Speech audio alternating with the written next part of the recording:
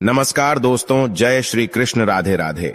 Video शुरू करने से पहले जल्दी से सब्सक्राइब कर लें ताकि हमारी आने वाली वीडियो आप तक जल्द से जल्द पहुंच सके। रोटी का ऐसा आटा जो आपके भाग्य को खा जाता है, ऐसी गलती भूलकर भी ना करें वरना पड़ेगा भारी। इसी के साथ हम जानेंगे औरतों की कुछ ऐसी गलतियों के बारे में जो घर में बनती है बर्बादी का कारण। तो पूरी जानकारी के लिए इस वीडियो को अंत जरूर देखिएगा। दोस्तों, सच्ची श्रद्धा से कमेंट्स में जरूर लिखें हर हर महादेव, राधे राधे। दोस्तों, रसोई घर में रखी रोटी के साथ ये गलती कभी भी मत करना, नहीं तो आपका जीवन अत्यंत कष्टकारी हो सकता है। जीवन में गरीबी का सामना करना पड़ सकता है, मान सम्मान की हानि होगी। दुनिया की कोई भी औरत रसोई घर में रखी रोटी के साथ भूलकर भी ना करें ये 3 काम। तो दोस्तों, चलते हैं और सुनते हैं गुरुजी से कि वो क्या कहते हैं इसके बारे में। दोस्तों, रसोई घर घर का मुख्य भाग होता है। रसोई घर में तरह तरह के भोजन पकवान बनाए जाते हैं। उन्हीं में से एक खास पकवान है रोटी, जिसके बगैर खाना अधूरा माना जाता है। आपको बता दें, महिलाएं अक्सर रसोई घर में खाना बनाते समय कई ऐसी गलतियां कर देती हैं, जिसके कारण घर में दरिद्रता आ जाती है, जीवन कष्टकारी हो जाता है। घर में एक के बाद एक बच्चे से लेकर बड़े तक सब बीमार हो जाते हैं। घर की कामयाबी रुक जाती है। घर में राहु केतु का वास हो जाता है। आपको बता दें, अक्सर महिलाएं अपने रसोई घर में रोटी बनाते समय कई ऐसी गलतियां करती हैं, जिसका पूरा दोष परिवार के हर एक सदस्य पर आ जाता है। यहां तक कि रसोई घर से निकलने वाली गलत ऊर्जा जीवन को पूरी तरह से बर्बाद कर देती है। पति की तरक्की में बाधाएं आने लगती है। माना जाता है कि जो भी महिला रसोई घर में रोटी बनाते समय ये 3 गलती अगर करेगी तो उसका बर्बाद होना स्वाभाविक है। इसीलिए कोई भी महिला रसोई घर में रोटी बनाते समय ये 3 गलती भूलकर भी ना करें। इससे मां नाराज होती है और घर में आ जाती है कंगाली। तो आइए जानते हैं, लेकिन उससे पहले दोस्तों, आपसे रिक्वेस्ट है कि वीडियो को लाइक करें, अपने दोस्तों के साथ शेयर करें, और अगर आपने अभी तक चैनल को सब्सक्राइब नहीं किया तो सब्सक्राइब करके बेल आइकन जरूर प्रेस कर ले। दोस्तों, नंबर 1, सबसे पहले तो आपको बता दें कि महिलाओं को इस बात का ज्ञान होना चाहिए कि बच्चे, बड़े या बुजुर्ग किसी को भी थाली में 3 रोटी परोसकर नहीं देनी चाहिए। 3 रोटियां तब निकाली जाती है जब किसी की मृत्यु हो जाती है, अर्थात मरने वाले के लिए 3 रोटियां निकाली जाती हैं। इन 3 रोटी की संख्या को जो भी खाता है उस पर नकारात्मकता का संचार बना रहता है। हर हाल में, किसी भी परिस्थिति में एक साथ 3 रोटियां नहीं खानी चाहिए। अगर खाना हो तो 3 रोटियों को एक साथ कभी ना खाएं। एक एक करके ले लीजिए, लेकिन एक साथ थाली में 3 रोटी ना परोसे। ये अगर आप टिफिन में भी 3 रोटी दे रही है तो 1 रोटी के 2 भाग जरूर कर दे। इससे आपके ऊपर 3 रोटी का नकारात्मक प्रभाव नहीं पड़ता है।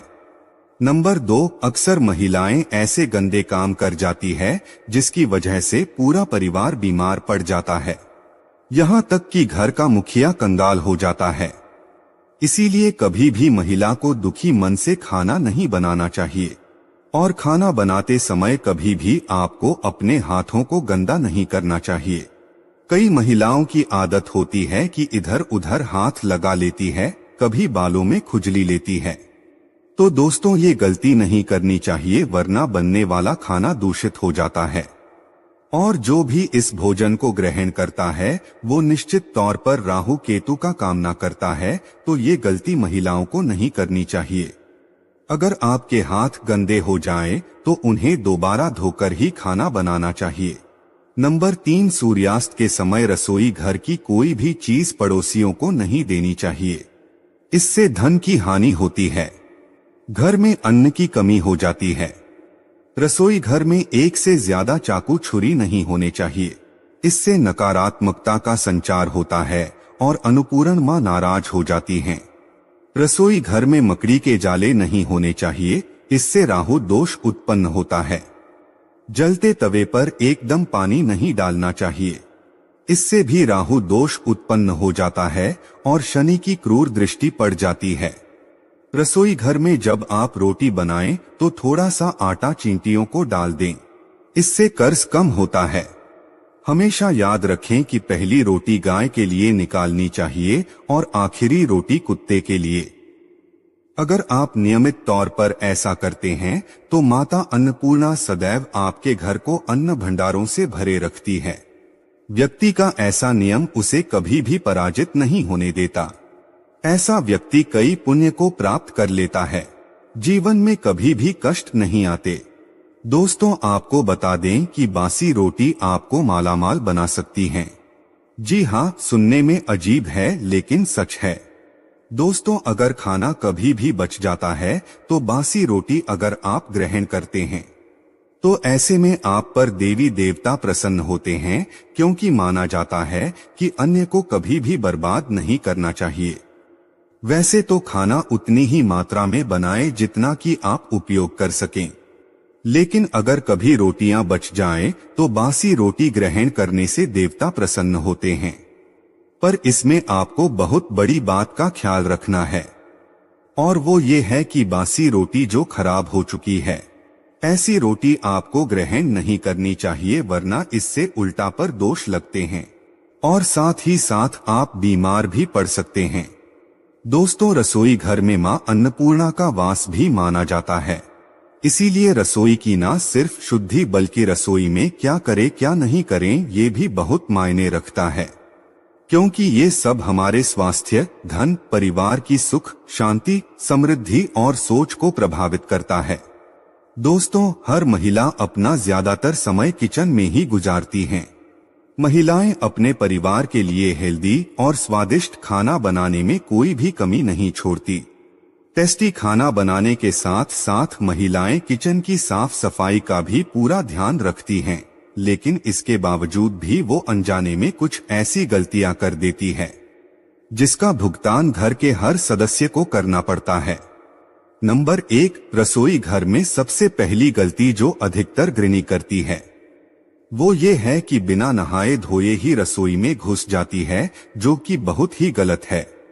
ऐसा बिल्कुल भी ना करें, क्योंकि इससे अन्नपूर्णा मां नाराज होती है, जिसके कारण धीरे धीरे घर के भंडार खाली होना शुरू हो जाते हैं। नंबर 2, आज के इस स्टैंडिंग किचन के जमाने में महिलाएं स्लैब पर ही रोटी बना लेती है, लेकिन इसका गलत असर सेहत पर पड़ता है। इसीलिए रोटी हमेशा आपको चकले पर ही बनानी चाहिए। इससे धन लाभ के साथ साथ बीमारियां भी दूर रहती है। नंबर 3, रसोई घर को मां अन्नपूर्णा माना गया है, इसीलिए कोई भी काम करने के बाद किचन को साफ जरूर करें।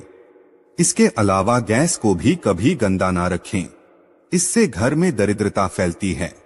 नंबर 4, रसोई की सजावट करने के लिए आप श्री कृष्ण का माखन खाते हुए कोई तस्वीर लगा सकते हैं। इससे किचन के साथ घर में भी सकारात्मक ऊर्जा का संचार होता है।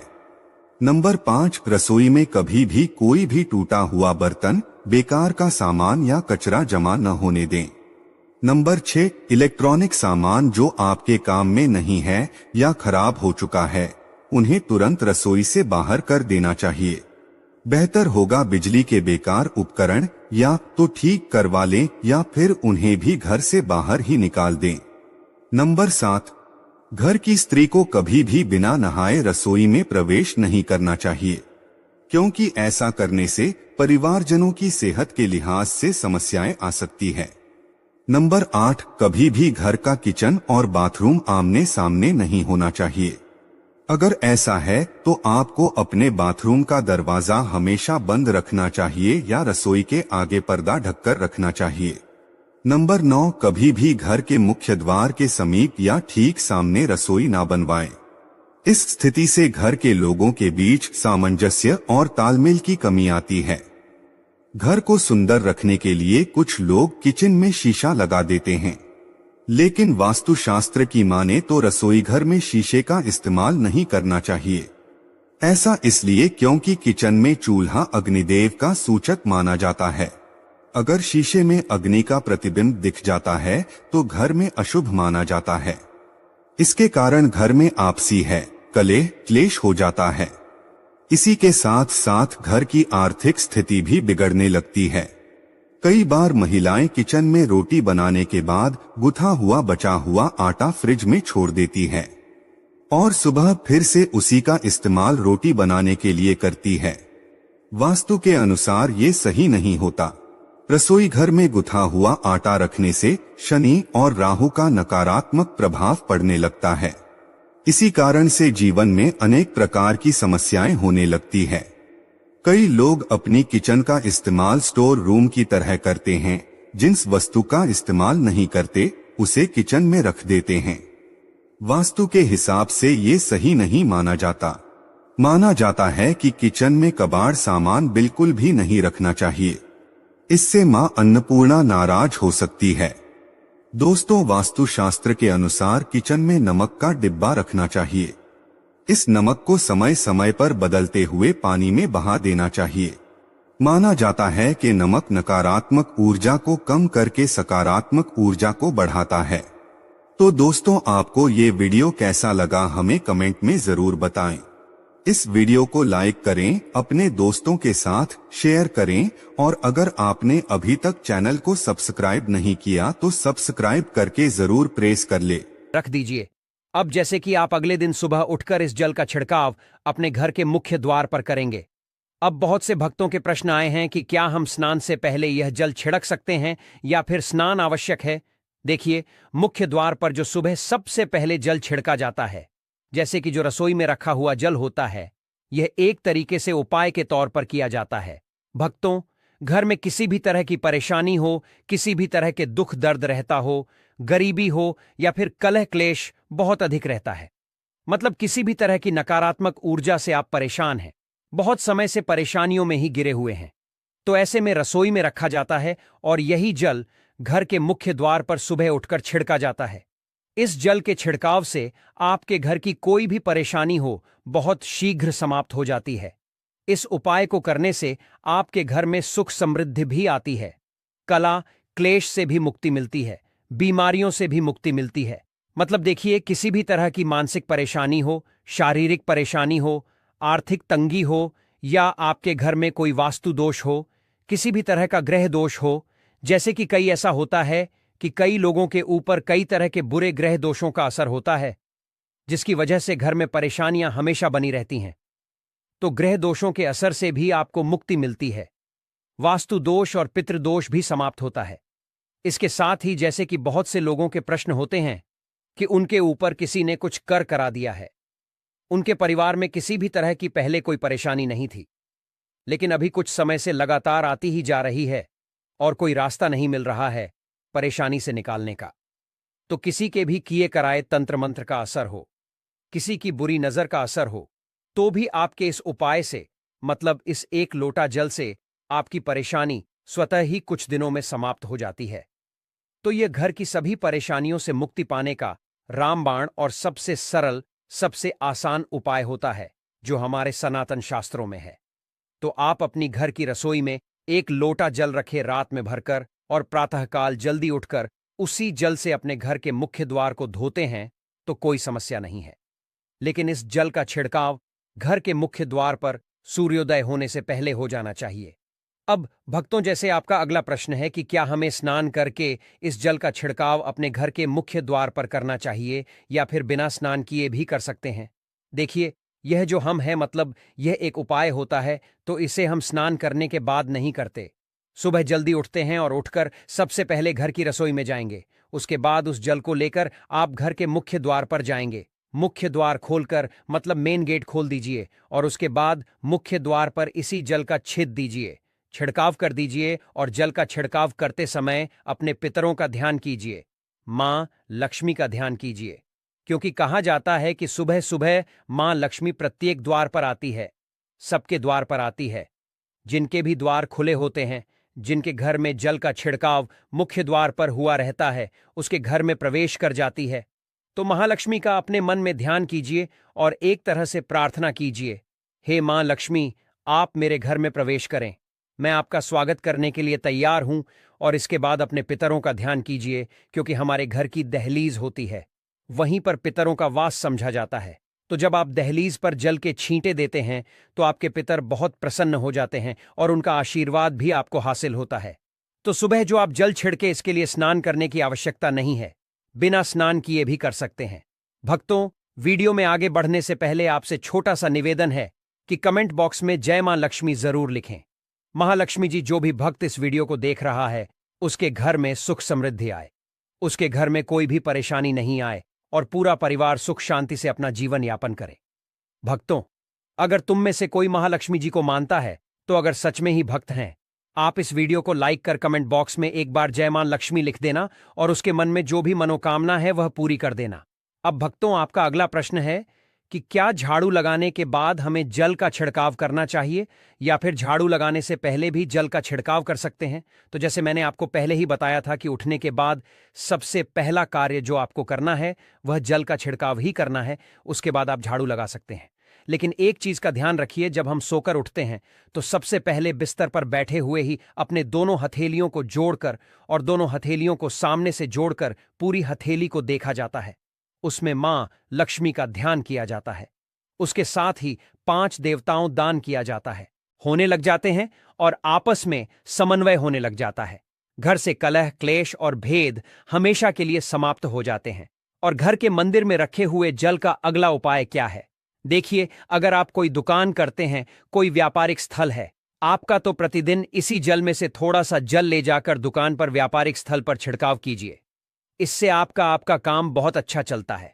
मतलब किसी भी तरह की परेशानी आपके व्यापारिक स्थल पर नहीं आती है, क्योंकि जैसा मैंने आपको बताया, यह जो जल होता है बहुत शक्तिशाली होता है, बहुत सकारात्मक होता है। अब घर के मंदिर में रखा एक लोटा जल शक्तिशाली और सकारात्मक से भरा क्यों होता है? क्यों इसमें सकारात्मक ऊर्जा का भंडार होता है? आइए जानते हैं। देखिए, जल जो होता है अमृत हुआ, मीठे फल हुए, भोजन हुआ, अनाज हुआ, उससे भी बढ़कर समझा जाता है। देवी देवता आपके दिए हुए इसी जल को ग्रहण करते हैं। घर के मंदिर में एक लोटा जल रखना उतना ही जरूरी है जितना आप सुबह, दोपहर, शाम का भोजन करते हैं।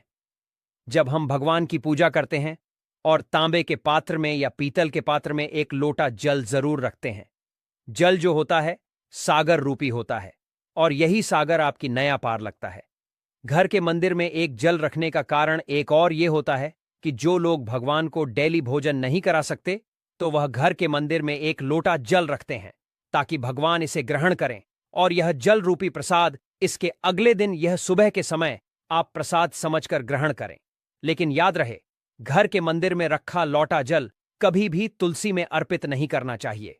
उसके लिए आप अलग से तांबे के पत्र से तुलसी में जल अर्पित कर सकते हैं, क्योंकि यह जल सभी देवी देवता ग्रहण करते हैं, तो इसीलिए तुलसी में डालना वर्जित है। लेकिन हां, अगर आपके घर में लड्डू गोपाल है, राधा कृष्णा है और आप एक लोटा जल उनके लिए अर्पित करते हैं, तो आप अगले दिन यानी सुबह के समय वह जल तुलसी में चढ़ा सकते हैं। घर के मंदिर में जो एक लोटा जल रखा होता है, उसके अगले यानी सुबह के समय आप इस जल से अपनी आंखें जरूर धोया करें। इससे आंखों में रोशनी बढ़ती है और आंखों में जितनी भी बीमारी आ जाती है वह दूर होती है। सनातन शास्त्रों के अनुसार जो लोग घर के मंदिर में एक लोटा जल भरकर नहीं रखते तो उनके घर में अकाल पड़ जाता है, घर कंगाल हो जाता है, बर्बाद हो जाता है, परिवार में मुसीबतें आ जाती हैं और गरीबी का आगमन हो जाता है। आप चाहे तो एक लोटा जल में पुष्प आदि डालकर रख सकते हैं, बहुत ही शुभ समझा जाता है। घर के मंदिर में जो जल रखा जाता है उससे हम और क्या कह सकते हैं, आइए जानते हैं। तो इस जल का छिड़काव करने से बहुत सारी परेशानियां अपने आप ही समाप्त हो जाती हैं।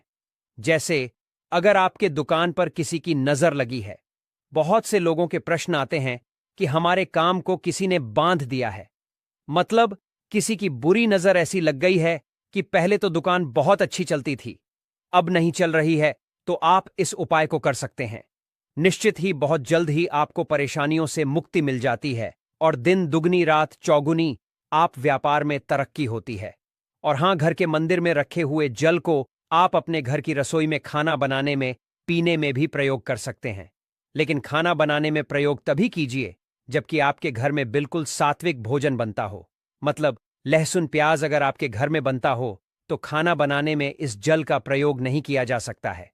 फिर आप इस जल को थोड़ा थोड़ा परिवार के सदस्य मिलकर ग्रहण कर सकते हैं और बचे जल को आप अपने घर में पौधों में डाल सकते हैं।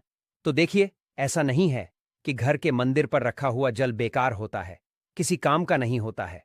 बहुत सारे उपयोग इस जल के होते हैं। अगर हम सही तरीके से प्रयोग करें तो अपने जीवन की बहुत सारी परेशानियों का समाधान मात्र इस एक लोटा जल से हम कर सकते हैं। तो ध्यान रखिए कि मंत्रों से अभिमंत्रित जल बहुत महत्वपूर्ण होता है, बहुत शक्तिशाली होता है। हमारे घर के मंदिर पर रखा हुआ जल देवताओं का आशीर्वाद होता है, क्योंकि पूरे समय वह देवताओं के पास होता है। देवी देवता वहां पर रहते हैं, तो उस जल में हर तरह की शक्ति समाहित होती है, जो कि सकारात्मक शक्तियां होती हैं। और इस जल का प्रयोग अगर हम सही तरीके से करते हैं, मतलब उसको पीने में करते हैं, खाना बनाने में करते हैं, घर में जल का छिड़काव करने में करते हैं, तो इससे हमारी का समाधान होता है। और अगर कोई भी कार्य नियमित तौर पर मतलब प्रतिदिन किया जाता है तो उसका हमें लाभ हासिल होता है। कभी कभी करेंगे तो निश्चित ही आपको उतना लाभ दिखाई नहीं देगा, लेकिन अगर आप नियम बना लेंगे कि हर रोज उसी जल से घर में छिड़काव करना है, घर में प्रत्येक व्यक्ति को थोड़ा थोड़ा पीने के लिए देना है, बचे हुए जल को पौधों में डाल दीजिए, दुकान पर छिड़क दीजिए, अपने घर के पारिक स्थल पर छिड़काव कीजिए, बच्चों की किताबों की जगह में, अपने घर की तिजोरी में, हर जगह इस जल का छिड़काव कीजिए और नियमित तौर पर कीजिए। चमत्कार आपको निश्चित ही देखने को मिलेगा। इसी तरह से जो रसोई में रखा हुआ जल होता है, उसका छिड़काव अपने घर के मुख्य द्वार पर कीजिए, तो इसका भी आपको लाभ बहुत बहुत ही शीघ्र दिखाई देगा। लेकिन इसे अपने रूटीन में शामिल करना होगा, प्रतिदिन नियम से यह कार्य करना होगा, तब आपको लाभ देखने को मिलेंगे। और हां, कई लोगों के प्रश्न आते हैं कि घर के मंदिर पर जो रखा हुआ जल होता है, तो जब हम अगले दिन उठाते हैं तो उसमें कई बार कुछ चीजें पड़ जाती हैं, कोई कीड़े मकोड़े पड़े जाते हैं, क्योंकि खुला होता है।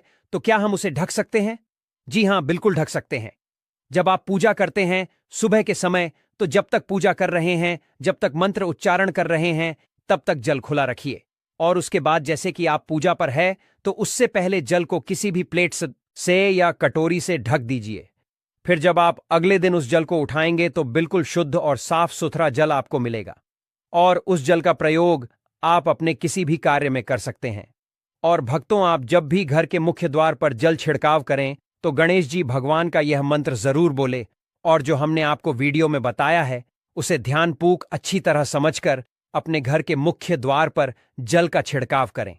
भक्तों, अब जानते हैं दीपक किस पदार्थ का होना चाहिए, लोहे का, तांबे का, पीतल का, कांसे का, या फिर स्टील का, या माटी का, या कांच का। आखिर घर में कौन सा दीपक शुभ समझा जाता है रखना? अगर गलती से भी घर में गलत पदार्थ का दीपक रख लिया है तो पूरा घर अस्त व्यस्त हो जाएगा, कंगाल हो जाएगा, बर्बाद हो जाएगा। भक्तों देखिए, स्टील के दीपक में पूजा करना घर में शनि को कुपित करता है। घर में लोहे के दीपक पूजा नहीं करना चाहिए, घर बर्बाद हो जाता है, गरीबी आ जाती है। बाजार में लोगों को लुभाने के लिए कांच के दीपक भी आ गए हैं। बिल्कुल भी गलती से भी घर ना लाएं, नहीं तो राहु केतु आपके घर चले आएंगे और घर बर्बाद हो जाएगा। कांच का दीपक शनि और राहु को नाराज करता है, इससे निकली लौ घर में तबाही ला सकती है। कांच का गर्म होना घर में रोग दोष परेशानी उत्पन्न होती है। कच्चा कलवा तथा रुई का दीपक ही जलाना सबसे अच्छा समझा जाता है। जो लोग सूती जो हाथ पर बांधा जाता है, कलवा उससे लौ की बाती बनाते हैं, तो उस घर में परेशानी और गरीबी आ जाती है। हुई और कच्चा कलवा ही शुभ समझा जाता है। तांबे का दीपक, पीतल का दीपक, माटी का दीपक धन की देवी मां लक्ष्मी को आकर्षित करता है।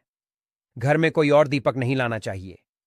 पीतल और माटी का दीपक शुभ और मंगलकारी समझा जाता है, जिससे शनि और राहु केतु भी प्रसन्न रहते हैं, मंगल भी भारी नहीं होता। भक्तों, अब जानते हैं घर के बाहर या घर के अंदर दीपक जलाने के फायदे जानकर आप चौंक जाएंगे। खासकर घर के बाहर दीपक जलाने से 5 वह फायदे जो आपको चौंकाने वाले हैं। भक्तों, यह बात तो आप जानते हैं कि भगवान की पूजा के दौरान दीपक जरूर जलाया जाता है। यह तो हमें मिलता ही मिलता है, पर हमने उस दिन पर इस उपाय को किया है तो हमें उससे भी बड़ा फल मिलता है, और फल बहुत जल्दी मिलता है, क्योंकि आप इस उपाय को बहुत ही बड़े और विशेष दिन पर कर रहे हो। तो चलिए अब उपाय के बारे में बात करते हैं। उससे पहले आप लोगों को यह जानना आवश्यक है कि आखिर यह उपाय किस समय करना है, किसको करना है और कैसे करना है। तो चलिए हम आगे आपको वीडियो में एक एक करके बता देते हैं। लेकिन उससे पहले अगर आप लोग हमारे चैनल पर पहली बार आए हैं या फिर मेरी आवाज आज पहली बार सुन रहे हैं, तो हमारे चैनल को सब्सक्राइब जरूर कर लेना, और इस वीडियो को लाइक करके कमेंट बॉक्स में जय मां लक्ष्मी जरूर टाइप कर दें। फिर चाहे आप कितनी ही पूजा पाठ कर लो, माँ लक्ष्मी ऐसे घर में कभी नहीं आती। ऐसे घर से देवी देवता भी हमेशा रहते हैं। नाराज भक्तों, पूरी जानकारी को देखने के लिए इस वीडियो को अंत तक जरूर देखें। सच्ची श्रद्धा से कमेंट बॉक्स में लिखें, हर हर महादेव, ओम नमः शिवाय। महादेव के लिए एक लायक तो बनता है भक्तों। वास्तुशास्त्र के अनुसार घर में सकारात्मक ऊर्जा बढ़ाने के लिए कई महत्वपूर्ण बातें बताई गई हैं। वास्तु के अनुसार घर की हर एक वस्तु नकारात्मक और सकारात्मक ऊर्जा का संचार करती है। अगर उन्हें सही स्थान पर न रखा जाए तो यह घर में नकारात्मकता फैलाती है, जिसका असर पूरी तरह से घर की आर्थिक स्थिति पर पड़ जाता है और घर में क्लेश बढ़ता है। वहीं अगर उन्हें सही दिशा में और सही स्थान पर रखा जाए तो यह घर में सकारात्मक ऊर्जा फैलाते हैं और घर में सुख शांति बनी रहती है।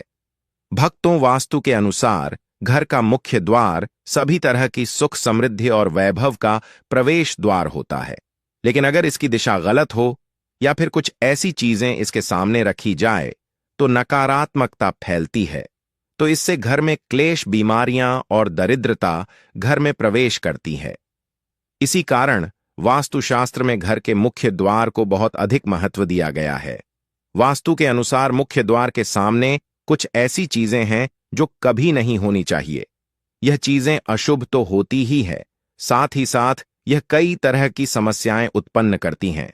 इनका असर परिवार की महिलाओं पर, बड़े बुजुर्गों पर, घर के बालकों पर तथा ऐसे ही कई चीजें परिवार के हर एक सदस्य पर बुरा असर डालती है और उन्हें स्वास्थ्य के साथ ही आर्थिक समस्याओं का सामना भी करना पड़ता है। तो ऐसे में हम जानते हैं मुख्य द्वार के सामने वह कौन सी चीजें हैं जो होना बहुत ही अशुभ माना गया है। लेकिन भक्तों, आगे बढ़ने से पहले आपसे एक विनती करते हैं कि हमारे चैनल को सब्सक्राइब करके इस बेल आइकन को जरूर दबाइएगा। साथ ही साथ एक लाइक तो बनता है और कमेंट में अपनी राशि भी डाल दीजिएगा। यदि हमारे पास कोई उपाय होगा तो वह आकर हम आपके कमेंट के रिप्लाई में बता देंगे।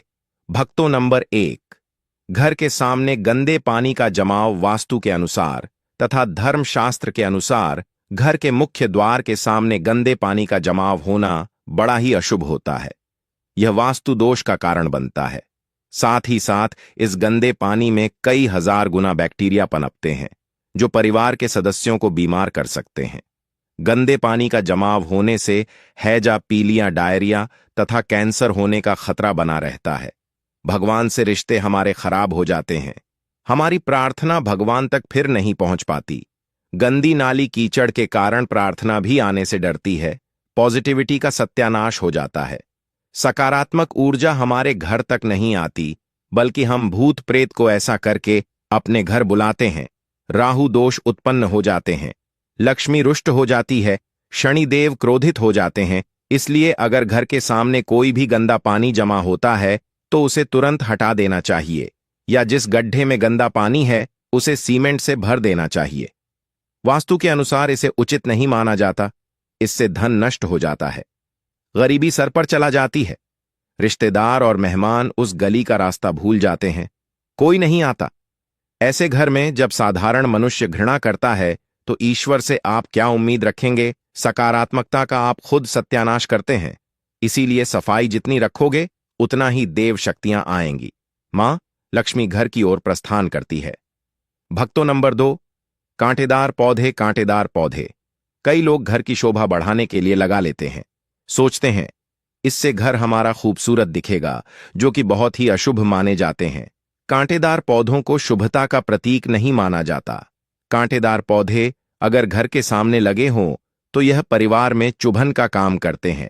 रिश्तों में चुभन पैदा हो जाती है। कांटेदार पौधे नकारात्मकता का कारण बनते हैं। घर के सामने या घर के बगल में कांटेदार पौधे कभी नहीं लगाने चाहिए। अगर आप कांटेदार पौधे को शुभ मानते हैं तो एक बार अपने बच्चों को उस कांटेदार पौधे के पास भेजो और उसे खेलने के लिए बोलो। आपका शिशु उस कांटेदार पौधे से जख्मी हो जाएगा और उसकी मृत्यु भी हो सकती है। इससे मां लक्ष्मी प्रवेश नहीं करती, बल्कि राहु केतु घर में प्रवेश कर जाते हैं और घर में क्लेश बढ़ता है, परिवार में नफरत हो जाती है। इसीलिए कांटेदार पौधे तुरंत घर से हटा दें। जिस कांटेदार पौधे में फूल नहीं आता, पत्ते नहीं होते, उसका घर के आसपास होना भी घोर अनर्थ माना जाता है। कांटेदार पौधे को जितना जल्दी हो सके अपनी भलाई के लिए तुरंत हटा दें। कांटेदार पौधे लगाने से शत्रुओं की संख्या बां आए जाती है। भक्तों घर के मुख्य द्वार पर केवल खुशबूदार पौधे, तुलसी का पौधा, हरे गुलाबी लाल पीले फूलों के पौधे ही लगाने चाहिए। इनकी सुगंध से मां लक्ष्मी आकर्षित होती है और घर में अपना वास बना लेती है। भक्तों नंबर 3, कूड़ादान कूड़ा डालने में आसानी हो जाए, इसलिए कुछ लोग कूड़ेदान को मुख्य द्वार के सामने सटाकर रख देते हैं अथवा घर के सामने ही रख देते हैं, लेकिन वास्तुशास्त्र के अनुसार यह बहुत ही कष्टकारी होता है और धन की हानि का सूचक माना जाता है। अब मान लीजिए